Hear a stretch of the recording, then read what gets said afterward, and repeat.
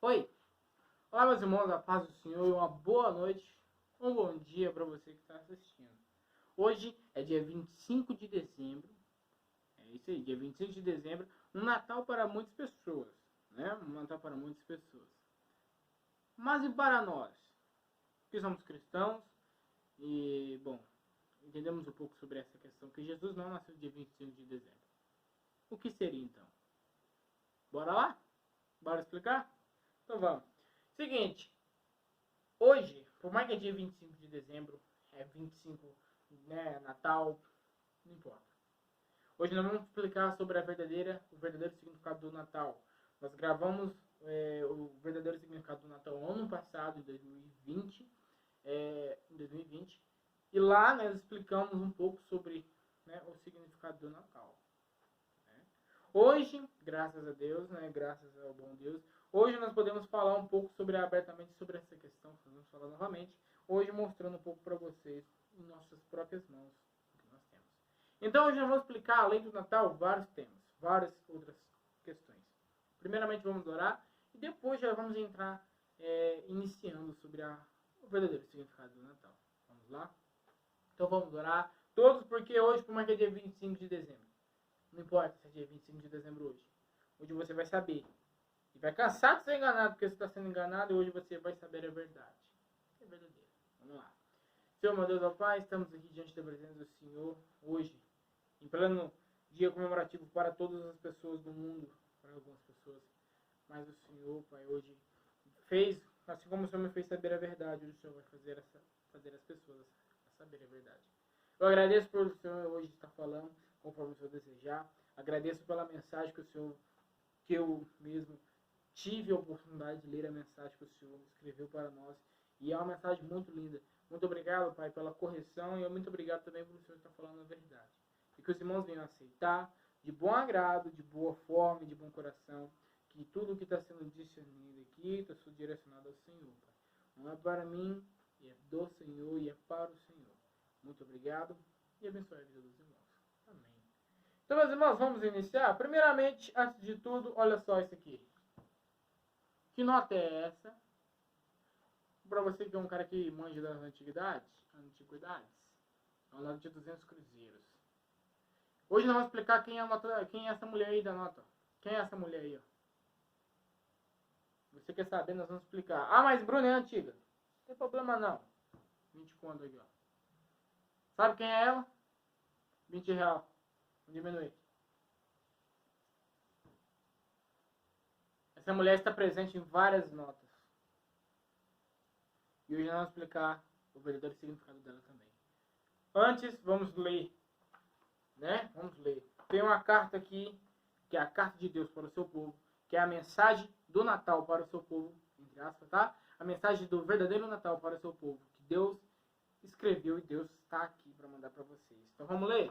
Vou ler devagar. Estou com alguns livros aqui também, porque ao decorrer do tempo que a gente vai lendo, a gente vai explicando alguns temas e alguns livros estão aqui para ajudar, né? Tudo que hoje nós temos a forma de aprender e de dizer, então, né, vamos falar um pouco aí para vocês. Vou aumentar um pouco aqui. Aí, ó. Tá desnivelado. Vamos lá? A verdadeira história do Natal vem de rituais de deuses pagãos. Vem de rituais de deuses pagãos. Era um dia consagrado à celebração do Sol Invictus. Sol Invictus. O Sol tem sido cultuado como Deus em vários lugares. Assim, não sei se você sabe, mas o Sol ele ainda é cultuado em vários lugares como Deus, né? Por mais que hoje em dia a Roma foi destruída, a Grécia ainda continua, mas mesmo assim continua a adoração do Sol. Vamos dar alguns exemplos que às vezes você pode conhecer. Vamos lá. Em grego-romano, como Apolo, Ra, como deus dos egípcios. Acredito que o Egito acaba que vocês vão conhecer mais.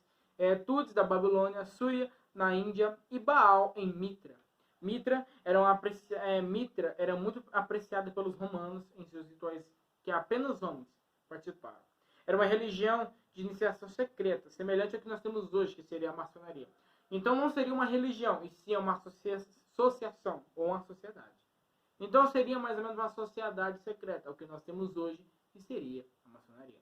Então você pode ver, pode observar que a religião mitra, ou a associação mitra, ou a sociedade mitra, que assim como os religiosos romanos, tá? Religiosos romanos que somente homens podiam participar, vem se constituindo até hoje nos nossos dias. Né? Essa igreja, entre aspas, que você consegue achar. Na minha cidade tem uma também, em vários lugares tem essa igreja, né, de associação da maçonaria. E sim, apenas homens frequentam, apenas homens. Eu conheci um rapaz que estudou comigo e o pai dele era fundador, né, cofundador da cidade onde ele vive, da igreja chamada maçonaria. E somente homens podem participar em seus rituais que eles fazem. Bom, não vamos entrar a fundo. Vamos lá. Que apenas homens participaram. Vamos ao marcador para marcarmos aqui onde a gente paramos. Ou seja, semelhante ao que nós temos hoje, que seria a maçonaria. Aureliano, imperador de Roma, estabeleceu em 273 d.C. O dia do nascimento do Sol, em 25 de dezembro. Natalis Solis Invictus, que quer dizer nascimento do Sol invencível. Ou seja, dia 25 de dezembro era comemorado Natalis Solis Invictus, que seria nascimento do Sol invencível, dia 25 de dezembro. Que quer dizer nascimento do Sol invencível. Aí fala, todo o império começou a celebrar esse dia, o nascimento de Mitra, menino deus hindu persa, da luz. Era também nesse dia o início do solstício do inverno, segundo o calendário juliano, que seria saturnário, que seria 17 a 24 de dezembro. Continuando. Constantino, imperador da Roma, que o Constantino é um cara muito interessante, muito falado, muito proclamado em livros históricos. Tem um aqui para falar para vocês. Constantino, como adorador do Sol, como antigo adorador do Sol, foi influência de quando ele fez, dia 25 de dezembro, uma festa cristã, junto com a Igreja Católica Romana, que viu a oportunidade de levantar sua bandeira. Quem que é? Vamos lá. Eu vou pegar no livro aqui para vocês verem. Eu tô lendo um livro aqui de história, tá? História que a gente estuda em escola mesmo, normal. Esse livro aqui, ó. Que você estuda na escola, que eu já estudei na escola, que na verdade ainda estudo, né? Que ainda estudo na escola. E vai falar um pouco sobre a questão do cristianismo, surgimento do cristianismo. E esse Constantino entra no meio, né? Vamos lá, não vou ler tudo, claro, porque é muito grande, mas vamos lá. Fala assim, ó. No entanto, apesar das perseguições, o cristianismo não parou de crescer desde o seu surgimento. O imperador Constantino aproveitou-se dessa situação para consolidar seu poder, liberando o culto cristão em 312 d.C. Somente em 391 d.C. que Teodósio, vamos dizer assim, que liberou essa questão do cristianismo. Aqui, Constantino, ele liberou o cristianismo em 312. Só que mais para frente ele reinou, na verdade, ali entre 317 a 337 depois de 337 depois de Cristo, que ele teve, né, a questão do seu poder ali. Então, ou seja, a gente pode ver que sobre Constantino vai falar muito pouco sobre ele, muito pouquíssimo sobre o Constantino. Só que Constantino ele foi um cara, ele decidiu levantar a sua bandeira, né, a sua bandeira, não só ele, mas sim como uma igreja católica. Então começaram a levantar a sua bandeira. Ele que tomou acordo com a igreja para transformar as celebrações em homenagem a Mitra, Baal, Apolo e outros deuses, e outros nas festas do nascimento de Jesus Cristo, de forma de sincretismo, uma forma de sincretismo religioso. É uma forma de sincretismo religioso. O que quer dizer isso? Sincretismo religioso seria uma forma de você fazer a festa a um deus pagão, que seria o sincretismo religioso. Você crê em um deus que é pagão, no qual não cheira nem anda, nem fala nada, e é religioso contra isso. Religioso seria de uma forma que você faz de pé junto. No caso aqui, resumindo o que quer falar, seria que as festas e celebrações cristãs, que seriam, vamos dar um exemplo, uma questão válida. O Natal não é uma forma de celebração válida, mas seria a questão da Páscoa judaica, seria uma celebração válida. Então, ou seja, ele colocou isso para dentro da igreja também. Aí transformando em tudo pagão. O Natal, no caso, seria a questão do nascimento de Cristo. Ele colocou isso para dentro da igreja também. Porque até o certo, ninguém sabe o dia que Jesus nasceu. Dia 25 de dezembro. Não sabe o dia. O mês até podemos saber. Mas o dia 25 de dezembro não foi. Então ele consolidou essa data, dia 25 de dezembro, o qual ainda é constituído até hoje e o pessoal faz. Vamos lá. Ou seja, sincretismo religioso. Assim, rituais, crenças, costumes e mitos pagãos passam ao seu patrimônio da nova fé, convertendo-se deuses em rituais em locais e santos em virgens e anjos e transformando-os em vamos dar uma virada, peraí, e transformando-os em centros em santuários, em igrejas em culto cristão, em santuários em igrejas de culto cristão. Ou seja, pegando o que é pagão, né, transformando dentro da igreja, colocando para dentro da igreja. Colocando para dentro da igreja. Hoje existe de montão isso. Muito. Vamos lá. Temos que levar em consideração que o universo romano foi educado com... vamos lá. Foi educado com costumes pagãos. Portanto, não poderia ocorrer nada de diferente. Assim como no começo da dinastia, a gente fala de dinastia China. Assim como no começo do Império Romano, vamos dizer assim, o paganismo vem muito forte. Veio muito forte. Até hoje mesmo, Roma, por mais que, assim, vamos dizer assim, Roma destruída seria o Império Romano, né? Mas ainda Roma ainda continua, né? Tudo continua. Mas Roma ainda hoje é muito influência, né, em cultos rituais pagãos e em outras coisas também. No Antigo Egito sempre existiu a crença de que filho de Ísis teria nascido no dia 25 de dezembro. Isso, teria sim. Tanto que o vídeo do ano passado falamos exatamente sobre Ísis. Não chegamos ao ponto de falar sobre Aureliano, sobre outras pessoas e até mesmo sobre Alexandre aqui, que nós vamos falar um pouco da frente. Então Ísis teria nascido, ou seja, o filho de Ísis teria nascido dia 25 de dezembro. Ísis algumas vezes é mãe, outras vezes é virgem. Assim, né, que se é secundado de maneira sobrenatural, engravidando do Filho de Deus. Comparando a Maria, mãe de Jesus, seria coincidência? Mas onde tudo isso começou? No caso, fizeram a pergunta, ó. No caso, isso seria uma coincidência?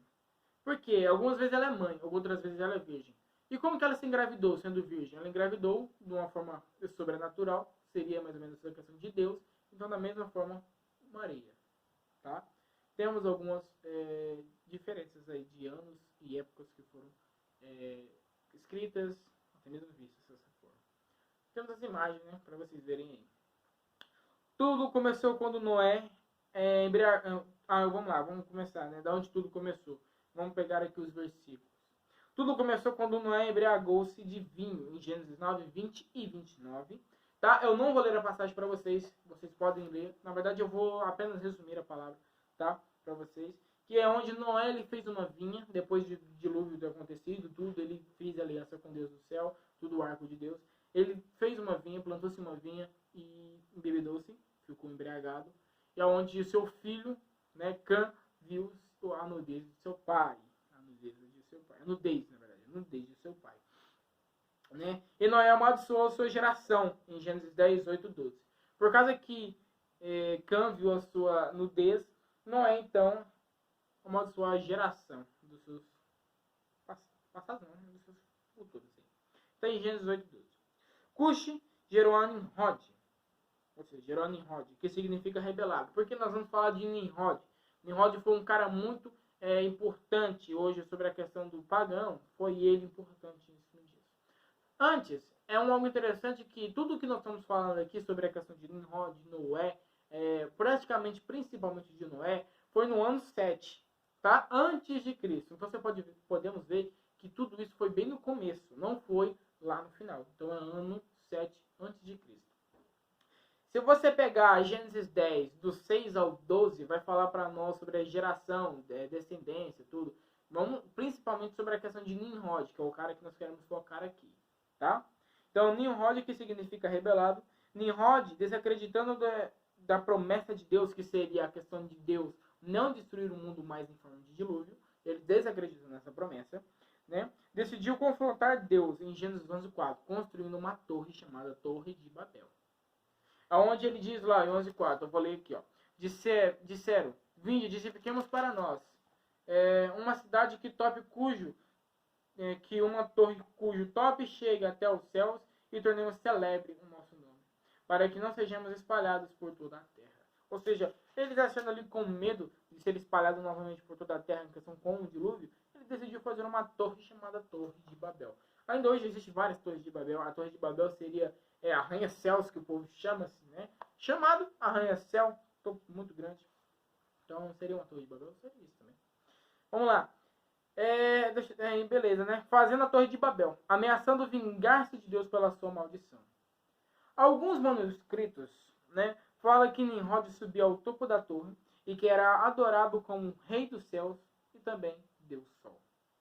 Ou seja, o mesmo que Ra, Horus ou Horus, o mesmo cultuado na maçonaria e outras seitas. A maçonaria, ela também, se nós pegarmos profundamente a questão do que ela, vamos dizer assim, aceita, do que ela faz, ela celebra, né, ela tem a questão dos símbolos dela, que seria o olho, a pirâmide com o olho. Aquele olho não seria o olho de Deus, seria o olho de Horus. Que praticamente Horus, em algumas religiões ainda existem, o Horus seria o Deus, né? Seria Deus Sol. Então seria o Deus mais forte que tinha, porque o Sol nasce todos os dias, o Sol é predominante todos os dias, o Sol também é muito forte em questão de calor e tudo. Então seria o olho ali, não o olho de Deus, tá? Seria o olho de Horus, né? Na nota de dólar, quer ver?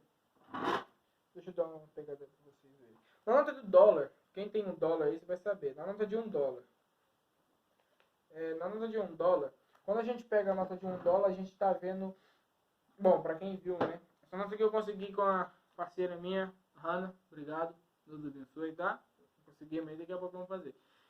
Se nós pegarmos a nota de $1, a gente vai ver que assim, ó, vocês não vão poder ver, claro, mas quem pega a nota de $1 vai estar vendo aqui que tem uma pirâmide com um olho. E esse olho não é o olho de Deus, como assim os Estados Unidos quer passar por toda a população, e sim um olho de Horus, que seria um olho de um deus pagão. E a maçonaria é frequentada por tudo isso. Acho que a maçonaria não está por trás disso, com certeza. Com certeza. Continuando, tá? Vamos continuar. Ou seja, na maçonaria e outros tantos. Aqui, ó. Horus, mesmo cultuado na maçonaria e outras seitas. Nimrod teve como mulher sua mãe. Ela foi uma rainha mitológica que, segundo as lendas gregas e persas, reinou sobre toda a Ásia e outros. Foi fundadora, junto com seu filho e marido, da Babilônia. Ela é a mesma que está nas notas de 2, 5, 10, 20, 50, 100, R$1 e 200 cruzeiros. Então ela é a mesma que está na nota de 2, está na nota de 5, não tem a nota de 5, está na nota de 10, tem a nota de 20, tem a nota de 200 cruzeiros. Até o ponto dólar não tá, porque quem tá é o Sr. Washington, né? Não tá. Então, vamos vocês verem. Aqui. Então vocês podem ver, ela está presente. A questão da Babilônia é porque Nimrod ele foi um cara muito poderoso na Terra, o qual fundou 2 cidades principais, no qual a Bíblia aparece, que seria Babel, que seria a Babilônia, no caso da Babilônia, na verdade, seria a Babilônia e Nínive, que anos mais tarde o profeta Jonas tinha que entregar a palavra. Então, ou seja, é praticamente isso. Então, a mulher que você vê hoje nas notas, você se pergunta, quem é essa mulher? E alguns vídeos do YouTube explicam um pouco sobre, não detalhadamente como aqui nós estamos explicando sobre a questão da Bíblia e sobre a questão bíblica, explica mais ou menos sobre a questão histórica, que no século XVII, ela foi uma mulher que juntamente guerreou, tal, e hoje está fazendo memorial a ela, pondo ela aqui no dinheiro. Não. Vocês acham que ele ia colocar pessoas completamente sem explicação? Claro que não. Então colocou pessoas dessa maneira. Vamos lá. Aí fala, R$1, né? Semíramis, tá? O nome dela. Semíramis também é chamada de Isis, Astarte, Easter e Diana, deusa dos efeitos. A mesma que a Mulher Maravilha, que é chamada de Diana. Se nós vimos o filme, você que é um amante de filme e gosta de ver filme, também gosta de ver filme, tá? Gosta de ver filme. A Diana, no caso, seria a mulher da Mulher Maravilha. Mulher da Mulher Maravilha, não. Seria a Mulher Maravilha, é chamada de Diana, tá? Diana. Uma mulher que adora ao deus Mitra. Quem seria o deus Sol? Aqui ela é chamada de vários nomes. Nós fizemos um vídeo explicando sobre a questão da Páscoa, tudo certinho. E se nós pegarmos uma Bíblia, que é a Bíblia em inglês, e formos ler um pouco sobre a Páscoa judaica, ou a Páscoa mesmo, seria Passover. A Páscoa seria traduzido como Passover.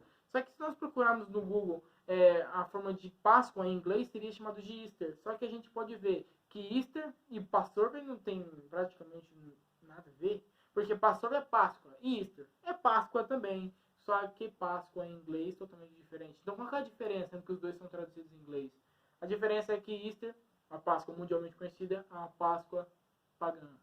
Tá? A Páscoa pagã. Agora, a Páscoa da Bíblia é a Páscoa bíblica e literariamente seria uma Páscoa organizada, vamos dizer assim, celebrada normalmente, né? Seria uma Páscoa, vamos dizer assim, liberada. Né? Seria uma Páscoa boa. É a mesma que a Mulher Maravilha, né, que se chama Diana. Ela está na Estátua da Liberdade, da Columbia Pictures. A Columbia Pictures seria a Columbia Pictures da Sony.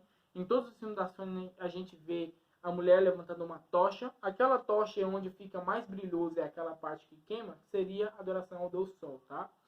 Nimrod ali. Então a Columbia Pictures da Sony, Som Mitra em Mulher Maravilha. Quando nós pegamos um escudo da Mulher Maravilha, você procura o escudo da Mulher Maravilha, você vai ver que tem um sol desenhado, que lá é um Som Mitra, tá? Som Mitra. Aí tem Alexander Slope, que seria, Alexander Slope fala em seu livro de 1853, que Semíramis seria hoje representada por a Virgem Maria da estátua. Sim, ele fala em seu livro, Alexander Slope, ele fala em seu livro de 1853, ele fala isso. E eu concordo completamente com essa visão que ele tem a falar. Concordo, não pelo que ele fala, não, pelos estudos que nós vemos e, vamos assim, que se encaixa, que é verdade. Ou seja, ele tem essa questão. Se você quiser procurar sobre esse cara, né, Alexander Slope, ele é um reverendo que é também autor de livros, o livro dele é chamado de Dois Babylons, né, que seria os dois Babilônia, dos Babylons. Ele fala exatamente sobre a Babilônia. Aí fala, ou seja, seria da estátua. Quando vê que Nimrod, ou seja, que nós vamos chegar a um ponto de, quando a desobediência chegou a um ponto final. Quando vê que Nimrod não tem limite na sua obediência, o filho de Noé, o tio-avô de Nimrod, mata-o, com a esperança de acabar com tudo. E acabar com tudo. O seu órgão sexual deve ter sido decapitado e queimado, pois não foi encontrado por sua mãe, que conseguiu reaver o resto do corpo de Nimrod. Hoje em dia vemos a homenagem do pênis de Nimrod em muitos lugares. Você já viu, acredito, em filmes, da Sony apareceu já. Você já viu, na minha cidade tem uma. Vou colocar o da minha cidade para vocês verem também aí, né? Então tem vários lugares que é a questão do obelisco. O obelisco seria a representação do pênis de Nimrod, o qual às vezes você põe a mão e fala que lindo, que bonito. Seria o pênis de Nimrod. Não seria como algumas pessoas falam que seria para escrever hieróglifo, né? Seria desenhado. Não seria. Tá? Hoje em dia vemos a homenagem do pênis de Nimrod em vários lugares do mundo. Só que agora é chamado de obelisco. Mas como Deus, aí vem o povo, o povo é enjoadinho mesmo um pouco. Mas o povo vem e fala algo para Semíramis, que é a única mulher que sobreviveu. Porque o seu filho marido, até o ponto, morreu. Seria Nimrod. O povo diz, presta atenção. Mas como Deus poderia morrer? O povo começou a questionar Semíramis. Para evitar confusos, ela disse que ele não morreu, apenas voltou para seu lugar de origem, que seria o céu, o sol. O rei dos céus é o sol. Naquele período, naquele tempo, as pessoas não tinham, vamos dizer assim, as pessoas adoravam que ela era mais vista, mais predominante, mais forte do que eles viam. No caso, seria um sol, igual essa luz. Essa luz aqui, estou com a luz apagada, então seria mais forte a luz ali. Então, como antigamente o povo era tudo distribuído, eles praticamente adoravam aquela luz, vamos dizer assim, o sol, que era mais forte. Seria mais ou menos isso. Então, o sol e a lua, tá? Tanto que o Nimrod é chamado de sol, Deus Sol, e a Semíramis, Deus a Lua. Deus zeloso. Então, aí ele fala, não apenas, mas apenas voltou para seu lugar de origem. Afinal, se ele tivesse morrido mesmo, o sol não teria nascido de novo. Assim como alguns das pessoas do Egito, do pessoal do Egito, acreditavam que o Ra venceu novamente, derrotou o seu inimigo e hoje ele revive. No caso, seria, o povo fala que seria de novo essa questão. Pouco tempo depois, Semire descobre que está grávida. Aí eu pergunto, mas como? Sendo que o cara já morreu. O filho e o marido dela já morreu. Adulterou. Adultério. Semires mente novamente, dessa vez para encobrir seu adultério. E dizendo que o espírito de Nimrod, ou o espírito de Deus, porque Nimrod era considerado Deus, a engravidou. Semires põe o nome de seu filho de Tamuz. Para continuar o engano, ela diz que ele é o próprio Nimrod. Daí surge a primeira ideia de reencarnação no mundo, que hoje em dia é difundido tanto como Allan Kardec, Chico Xavier e muitos outros. Então daí surgiu a primeira fala sobre reencarnação, né? Como a gente tem bastante hoje em dia, alguns livros, tudo, o povo crê pra caramba nisso daí. Muito, meu Deus! Mas tá bom. Que Allan Kardec e Chico Xavier, esses caras foram muito importantes, né, para algumas pessoas, né? Foi muito famoso também, eu conheço mais, que é mais famoso que eu conheço mesmo, Chico Xavier. Um certo dia, quando estava no bosque, Tamuz morre acidentalmente por um porco do mato. E seu corpo é encontrado em cima de um tronco de uma árvore. Mais uma vez o povo pergunta: como Deus pode morrer? Semíramis de novo diz que ele voltou ao seu lugar de origem. Daí começou a festa natalina. Que seria por quê? Por que começou a festa natalina? A festa natalina e quaresma, tá bom? Pois, aí fala quaresma. Pois, na árvore que Tamuz morreu, o povo vinha deixar presentes, daí surgiu a árvore de Natal, onde muitos colocam presentes e por ter sido, na verdade, vou cortar aqui porque senão daqui a pouco eu vou falar muita coisa. Então, ó, deixar presentes, daí surgiu a árvore de Natal, Um ritual num ritual sem saber o que estão fazendo. Muitas pessoas fazem isso para saber, sem saber o que estão fazendo. Então as pessoas colocam essa árvore de Natal. Daí surgiu a árvore de Natal. A Bíblia, ela menciona apenas uma vez a questão da árvore de Natal, que seria desenhada, quase desenhada. Se a gente começar a ler, a gente vai ver que é quase desenhada. E sobre uma vez sobre Tamuz. Eu vou ler um pouco sobre Tamuz nesse livro que eu tenho aqui, que seria Quem é Quem da Bíblia Sagrada. Ele fala dos personagens das pessoas que estão na Bíblia Sagrada. Praticamente quase todos, tá? Fala todos, na verdade. Fala assim, numa visão profética, Ezequiel viu as terríveis abominações que eram feitas em Jerusalém no templo. Isso era feito em Jerusalém no templo, tá? Os quais trariam um castigo de Deus sobre o povo. Ele presenciou mulheres sentadas junto aos portões do santuário, as quais choravam diante de Tamuz, o deus babilônico da fertilidade, ou deus jovem da natureza. Mais ou menos essa questão. Ezequiel 8,14, tá? Ezequiel 8,14, é esse mesmo, Ezequiel 8,14, que seria a parte de Tamuz. Parte do culto associado a essa divindade inclui um mês de lamentação e choro. No caso, nós estamos falando sobre uma lamentação e choro. Hoje o Natal seria também, se nós formos representar, até anos atrás seria lamentação e choro, representando sobre a questão representativa da morte de Jesus, seria a representação disso. Mas como o povo tudo inverte, hoje em dia é tudo alegria. O povo junta-se para beber, para comer. Então o povo se junta não algo para lembrar de tristeza. Não sei não é para lembrar de tristeza mesmo. Não para lembrar da morte de Cristo, mas sim para beber, fazer festa. Algo que não tem nada a ver. Tá? Se bem que Jesus nasceu dia 25 de dezembro, tudo. Então você pode ver que Tamuz, o que aconteceu? As mulheres ficam chorando. Eu acredito que essa visão profética que Ezequiel teve ainda não se cumpriu. Eu acredito que ela ainda está para se cumprir. Porque você pode perceber que Ezequiel viu as terríveis abominações que eram feitas em Jerusalém e no templo. Hoje são feitas essas celebrações terríveis até hoje. São feitas, a questão de Jerusalém também é feita, estamos falando de cidades, mas seria para nós também, porque nós somos a Jerusalém, né? E também sobre no templo, porque também nós somos o templo, então a igreja também é predominante essa questão do Natal, da questão da festa natalina. E aí fala que eram feitas em Jerusalém no templo, os quais trariam o castigo de Deus sobre o povo. Eu acredito que o castigo de Deus sobre o povo começou a partir de agora? Não. A partir de alguns tempos. Começou. Irmãos, aviso. Pode dar um corte, mas vamos continuar, tudo bem? Então, sim, começou a questão... Eu acredito que sim, essa questão da visão profética que Ezequiel teve, eu acredito que vai se cumprir, não, que está se cumprindo, tá? Está se cumprindo. A questão de Deus hoje pôr o seu juízo à prova a todos, tá? À prova a todos. Então, sim, eu acredito, sim. Então, Tammuz era esse cara.